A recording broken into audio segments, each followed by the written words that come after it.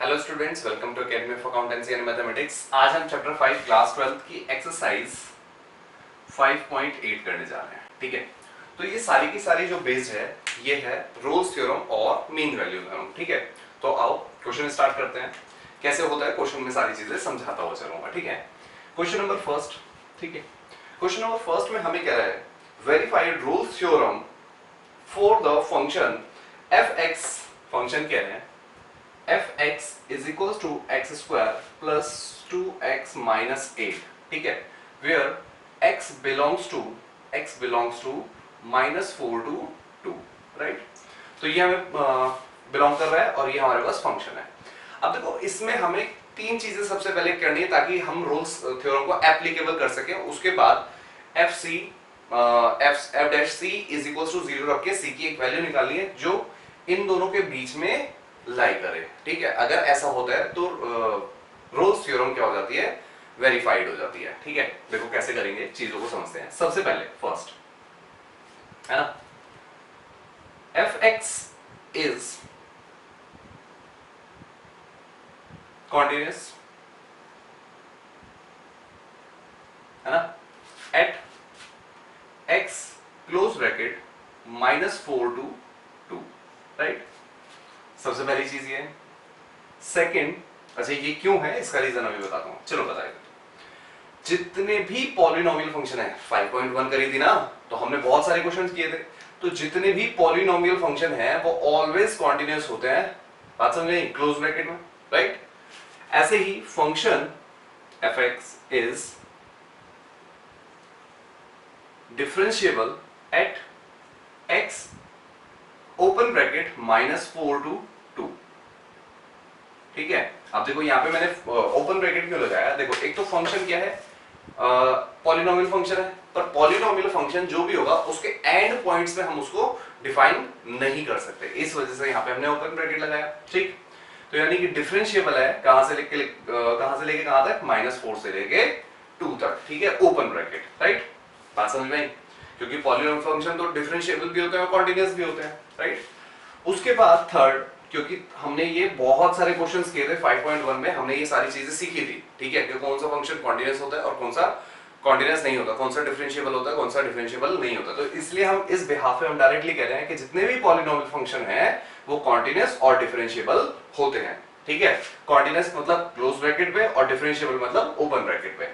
Third चीज क्या है, देखो बताता हूं। f-4 फाइंड कर लेते हैं, कितना आएगा। देखो -4 का square plus -4 -8 is equal to कितना आ जाएगा, 16। और ये -8, ये -8, तो यानी कि 0 आ गया। और ऐसे ही f2 फाइंड कर लेंगे। f2 फाइंड करने पर कितना आ जाएगा, 2 का स्क्वायर प्लस 2 × 2 -8, यानी कि ये हो गया 4 माइनस प्लस 4 -8। तो इन सबको भी सॉल्व करने पर 0 आ जाएगा, राइट। तो अगर हमारे पास ये भी कंडीशन हो गई, -4 इक्वल्स टू f2 आ गया। ठीक है, तो यानी कि हमें क्या पता लगा, रोल्स थ्योरम इज एप्लीकेबल। ठीक है, एप्लीकेबल। देखो अभी सिर्फ एप्लीकेबल है, वेरीफाइड कब होगी, जब हम c निकाल के इसके मतलब जो c की वैल्यू आएगी जो इन दोनों के बीच में होगा। अब c की वैल्यू कैसे निकालेंगे, देखो जब ये एप्लीकेबल हो गया तो यानी कि f dash c equals to 0 हो जाएगा, right. f dash c equals to 0 यानी कि सबसे पहले f डैश c निकालने के लिए f डैश x निकालना पड़ेगा। x के प्लेस में c पुट करेंगे ना, तो निकाल लेते हैं। f dash x is equals to कितना हो जाएगा, 2x प्लस 2। और f डैश c कितना हो जाएगा, f डैश c हमारे पास हो जाएगा 2c plus 2 equals to 0, right. यहां पे बढ़ते हैं, तो देखो अगर वैल्यू जो आएगी ये आ जाएगी 2c प्लस 2 इक्वल्स टू 0, यानी कि 2c इज इक्वल्स टू -2 और c की वैल्यू आ गई -1। ठीक, और ये जो -1 है is belongs to -4 to 2, right. इन दोनों के बीच में लाई करता है, तो hence function is verified verified Rolle's theorem. ठीक है बच्चों, तो pause the video, note it down, फिर बढ़ते हैं क्वेश्चन नंबर सेकंड की तरफ। तो बढ़ते बेटा क्वेश्चन नंबर सेकंड की तरफ। क्वेश्चन नंबर सेकंड में हमारे पास है, कह रहे हैं examine if Rolle's theorem is applicable to any of the following function, can you say something about the converse of Rolle's theorem for these examples. देखो basically हमें इसमें तीन क्वेश्चंस दे रखे हैं। सबसे पहले फर्स्ट की बात करते हैं। हमें fx दे रखा है।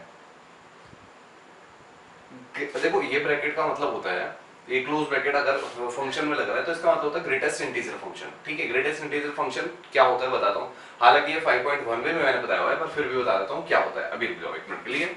और कह रहे हैं इज फॉर, हमें कहां के लिए बताना है एप्लीकेबल है या नहीं Rolle's theorem. x belongs to 5 to 9।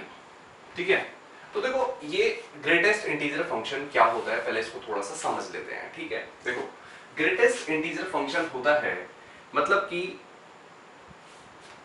Greater than और या फिर इक्वल्स टू और लेस देन इंटीजर। बात को समझना क्या कह रहा हूं मैं। ग्रेट इक्वल्स टू और लेस देन क्या बता रहा हूं। देखो मान लो इस फंक्शन में अगर आप 5.1 रखते हैं वैल्यू, राइट, तो इससे छोटा जो भी, या तो इसके इक्वल यानी कि 5.1 या इससे छोटा कोई भी इंटीजर होगा। भाई इससे छोटे इंटीजर तो यही होंगे ना, 3, 1 और 2, 1 एंड सो ऑन। ठीक है, तो इस 5.1 से छोटा या फिर इसके इक्वल, देखो 5.1 के इक्वल तो इंटीजर नहीं है, तो 5.1 से छोटा कौन सा इंटीजर है 5, तो यानी कि इसकी वैल्यू निकल के आएगी 5, राइट। इसी तरह अगर 5 होता है ना, या तो इसके इक्वल या इससे छोटा इंटीजर, तो 5, 4, 3।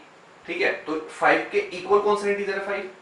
तो कहने का मतलब अगर आप 5.999 भी वैल्यू रखते हो इसमें तो निकल के आएगी 5।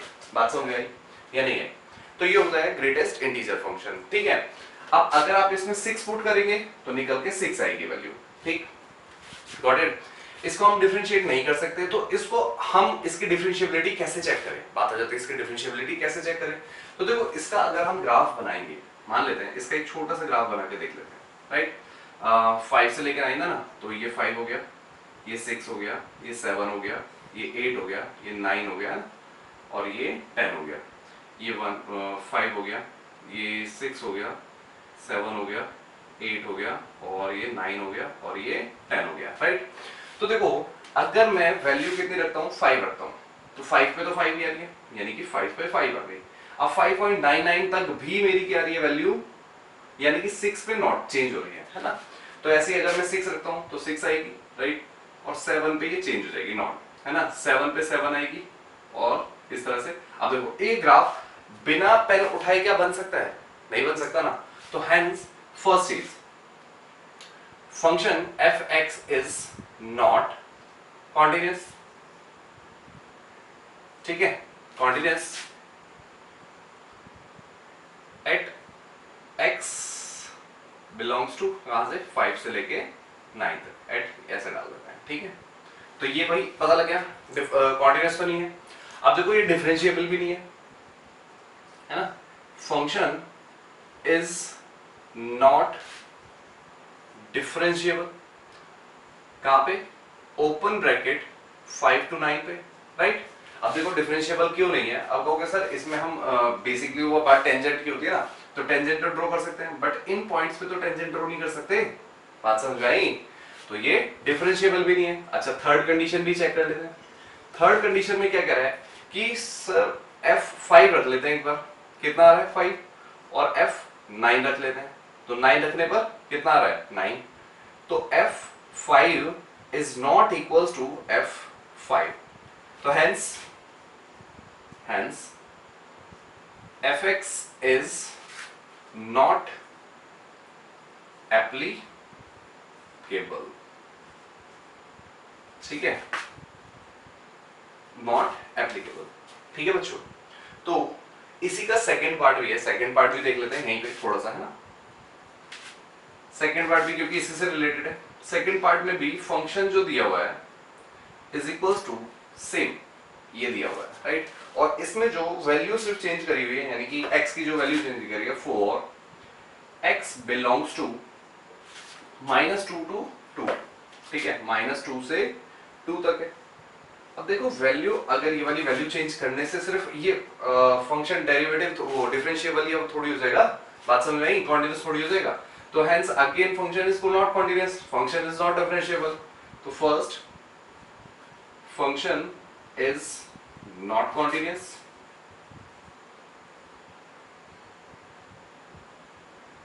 ठीक है, एट क्लोज इंटरवल -2 टू 2। ऐसे ही second function is not differentiable, ठीक है, at open bracket -2 to 2, right.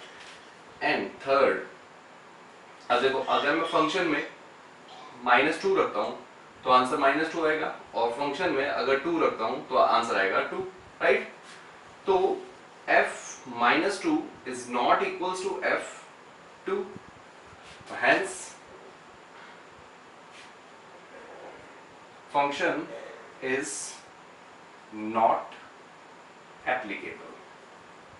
भाई अगर एप्लीकेबल होता तभी तो आगे सॉल्व करते, पर ये तो एप्लीकेबल ही नहीं है, बात समझ में आई। तो pause the video, note it down, फिर इसी के थर्ड पार्ट पे चलते हैं। तो करते हैं इसका थर्ड पार्ट। देखो थर्ड पार्ट में हमें फंक्शन दे रखा है fx इज इक्वल्स टू, क्या दे रखा है, x स्क्वायर -1, ठीक है। अब देखो ये पॉलिनोमियल फंक्शन है, तो यानी कि सबसे पहली चीज तो हमें पता लग जाएगी, function fx is continuous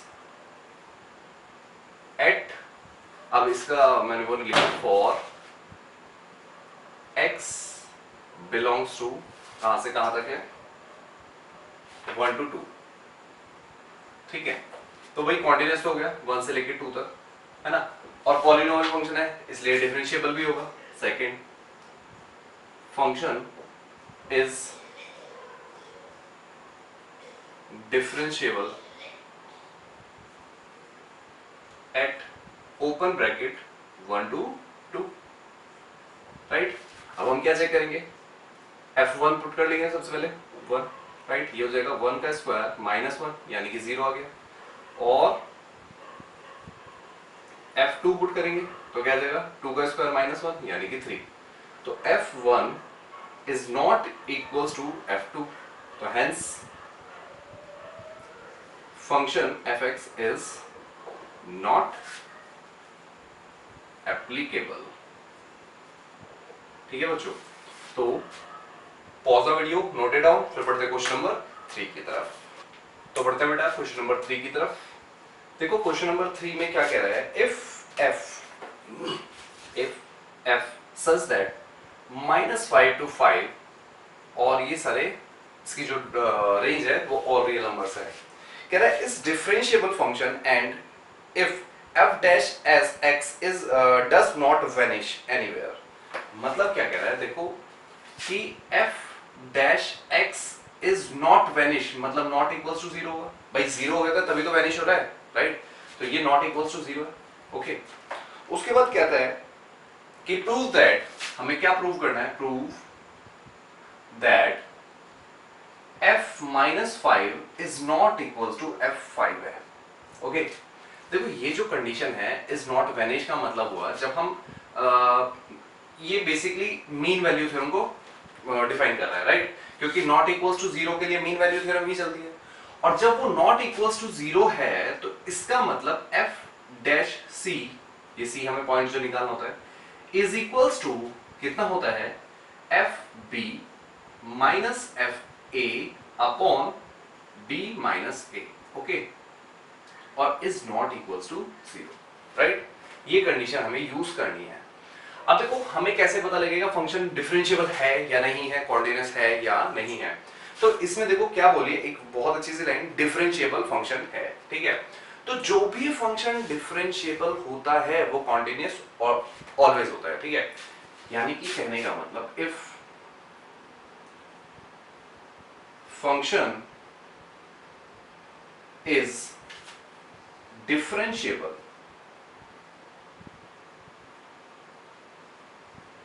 then it is continuous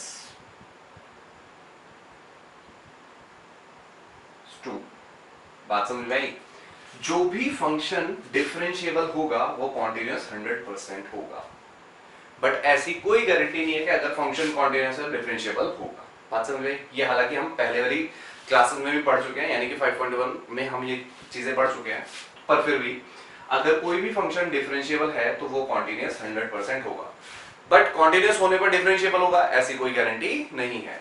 ठीक है, तो इसी बिहाफ पे हमको क्वेश्चन में बोला है कि function is continuous, function is differentiable. तो अगर ये फंक्शन डिफरेंशिएबल है तो हमारी पहली दो कंडीशन तो सेटिस्फाई हो जाती हैं, राइट? कैसे? अगर फंक्शन डिफरेंशिएबल है तो hence fx is continuous eight close interval, यानी कि -5 से 5 तक, राइट? और ऐसे ही सेकंड, ये डिफरेंशिएबल तो है ही, is differentiable at open bracket -5 से लेके 5 तक, राइट? अब थर्ड कंडीशन में हमें क्या कह रहा है? f dash c is not equals to 0, not equals to 0 हमारे ऑलरेडी गिवन है, और अब ये नॉट इक्वल्स टू 0 है, यानी कि मीन वैल्यू थ्योरम लग रही है, और मीन वैल्यू थ्योरम में ये f डैश c किसके इक्वल होता है? इसके इक्वल होता है, राइट? तो हम इसमें वैल्यूज पुट कर देते हैं। देखो f b यानी कि 5, right, minus f minus 5 upon कितना आ जाएगा? b माइनस a यानी कि 5 minus minus 5, right, is not equals to 0। Got it? अब देखो ये इधर जाके 0 हो जाएगा, यानी कि f5 minus f minus 5 is not equals to 0, और f5 is not equals to f minus 5, hence proved। यही प्रूव करना था और ये प्रूव हमारा हो गया। ठीक है बच्चों, तो pause the video, note it down, फिर पढ़ते हैं क्वेश्चन नंबर 4 की तरफ।